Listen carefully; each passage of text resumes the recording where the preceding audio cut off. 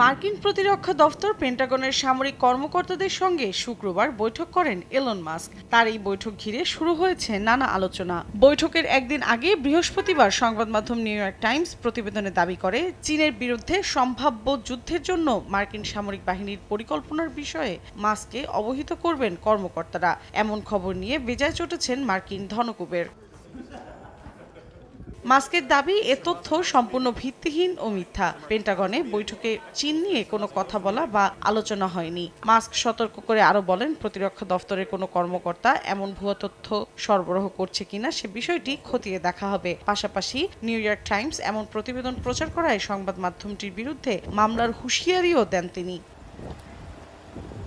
এদিকে পেন্টাগনে মাস্কের বৈঠকের এমন খবর প্রকাশের পর বেশ বিরক্তি প্রকাশ করেছেন প্রেসিডেন্ট ট্রাম্পও। সামাজিক মাধ্যম ট্রুথ সোশ্যালের এক পোস্টে তিনি বলেন, ওয়াশিংটন বেইজিং এর যুদ্ধের বিষয়ে কোনো আলোচনা হয়নি। আর মার্কিন প্রতিরক্ষা সচিব পিট হেগসেট জানান, বৈঠকে মাস্কের সঙ্গে উদ্ভাবন ও দক্ষতা বৃদ্ধির বিষয় নিয়ে আলোচনা হয়েছে, কোনো যুদ্ধ পরিকল্পনা নিয়ে নয়।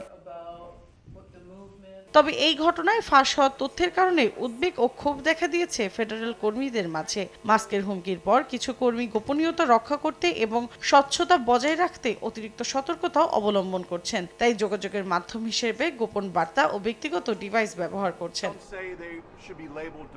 চীনের সঙ্গে ব্যবসায়িক সম্পর্ক রয়েছে ইলন মাস্কের। বিশেষজ্ঞরা বলছেন, এমন খবর প্রচার হওয়ায় সে সম্পর্কে নেতিবাচক প্রভাব পড়তে পারে। মৌসুমীর সাথী, সময় সংবাদ।